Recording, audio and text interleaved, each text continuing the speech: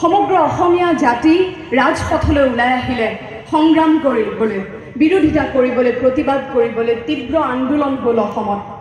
আৰু সেই আন্দোলনত গুলী বৰ্ষণ কৰি এই 5জন ফুলকুমলীয়া যুৱকে নিজৰ প্ৰাণ হেৰুৱালে। স্থবিৰ কৰিব বিচাৰিছিলে আন্দোলন, শেষ কৰিব খুজিছিলে সেই আন্দোলন। সেইবাবেই হয়তো গুলী বৰ্ষণ কৰিছিলে, নহয় জানো? অসমীয়া জাতিৰ অস্তিত্বৰ এই যুঁজ আজিৰ নহয়, ই যুগ যুগ ধৰি চলি আহিছে। এক দীঘলীয়া যাত্ৰা, এক দীঘলীয়া প্ৰক্ৰিয়া।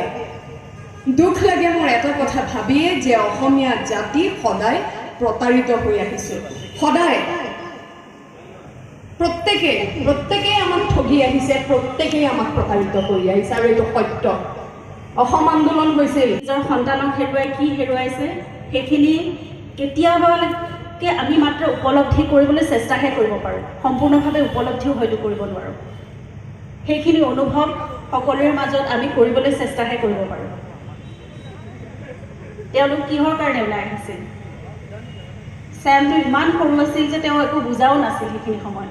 আন্দোলনটো কি, অসমৰ কাৰণে আমি কি কৰিছোঁ সেইখিনি কথাও হয়তো ভালদৰে সেই কোমল বয়সত বুজাই নাছিল। এজন ছাত্ৰ আছিল, তেওঁ হাইস্কুলৰ দেওনাও পাৰ হোৱা নাছিল।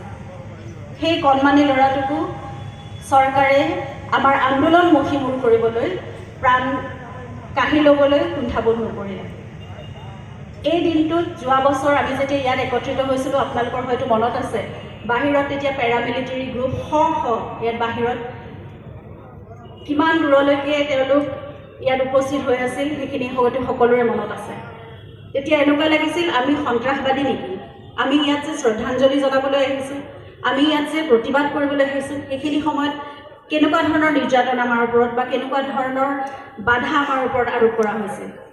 প্ৰতিদিনেই প্ৰতিটো মুহূৰ্তত, প্ৰতিটো পদক্ষেপত আমি যেতিয়া ক'বলৈ গৈছিলোঁ যে আমি নামানো, আমাৰ নিজৰ অস্তিত্বৰ কাৰণে যিখিনি আমাৰ প্ৰাপ্য সেইখিনি আমি যেতিয়া আমি মাত্ৰ দাবী কৰিবলৈ, আমি ক'বলৈ ওলাই যাব বিচাৰিছিলোঁ ৰাজপথলৈ, আমাক এসত্তৰৰ পিছত হিন্দু মুছলমান কোনো বিদেশী পূজা আমি নলওঁ, আমি নামানো।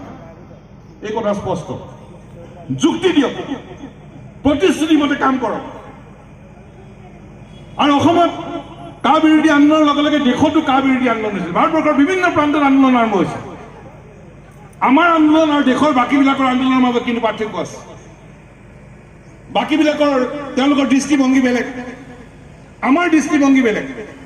আমাৰ বিদেশীয়ে হিন্দুৱে হওক বা মুছলমানে হওক।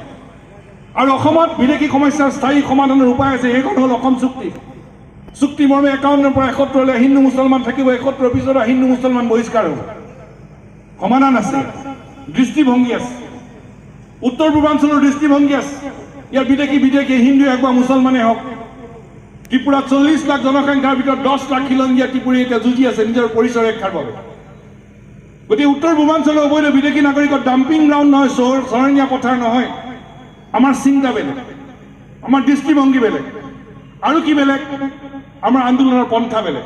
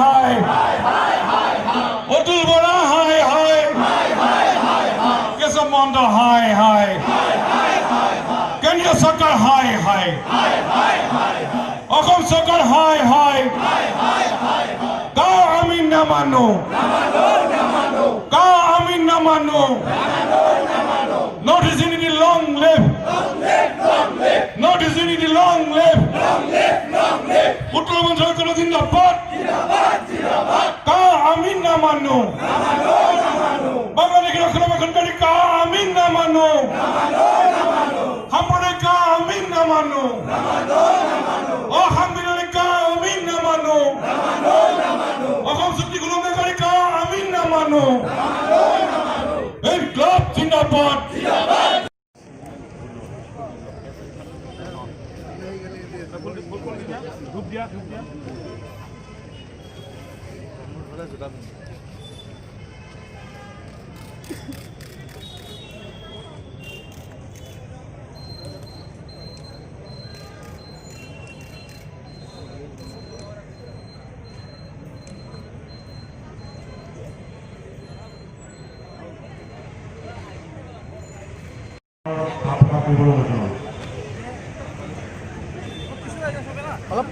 সকলকে ধন্যবাদ জনাইছোঁ আজি অহাৰ বাবে ইয়াত আমাৰ সহযোগ কৰাৰ বাবে প্ৰথম কথা আৰু আমাৰ শ্ৰদ্ধাঞ্জলি জনাইছোঁ আমাৰ গোটেই শিল্পী সমাজৰ ফালৰ পৰা মোৰ ফালৰ পৰা মোৰ সকলো সহযোগীৰ ফালৰ পৰা পাঁচজন আমাৰ ভাতৃ মই ভাতৃ বুলিয়ে ক'ম মোতকৈ বহুত সৰু তেওঁলোক আছিলে আৰু এই বস্তুটো আচলতে আমি ভবা নাছিলোঁ যে এনেকুৱা এটা আন্দোলন আমি কৰিছিলোঁ কিন্তু তেওঁলোক যে এনেকৈ মৃত্যুবৰণ কৰিব আমি কেতিয়াও ভবা নাছিলোঁ সেইটো হ'ল সেইটো কাৰ ভুল চৰকাৰৰ ভুল আৰক্ষীৰ ভুল ক'ৰবাত ক'ৰবাত হয়তো ভুল আছিলে ক'ৰবাত তাৰ কাৰণে গুলীচালনা কৰিলে তাৰ কাৰণে মৃত্যুবৰণ কৰিলে আৰু তেওঁলোকক আমি ঘূৰাই নাপাম সেইটো সঁচা কথা তেওঁলোকৰ পৰিয়ালবৰ্গলৈ আমাৰ আন্তৰিক মৰম সদায় থাকিব আৰু সদায় তেওঁলোকক স্মৰণ কৰিম আৰু কা আন্দোলনৰ যিটো বস্তু আমি আৰম্ভ কৰিছিলোঁ আমি এতিয়াও এৰি দিয়া নাই সেইটো বস্তু এতিয়াও আছে কা আহিল কৰোণা আহিল মই গৈ হস্পিটেলত সোমালোঁ 4-5 মাহ মান নাই আকৌ আহিলোঁ ঘূৰি আহিলোঁ এতিয়া সুস্থ হৈ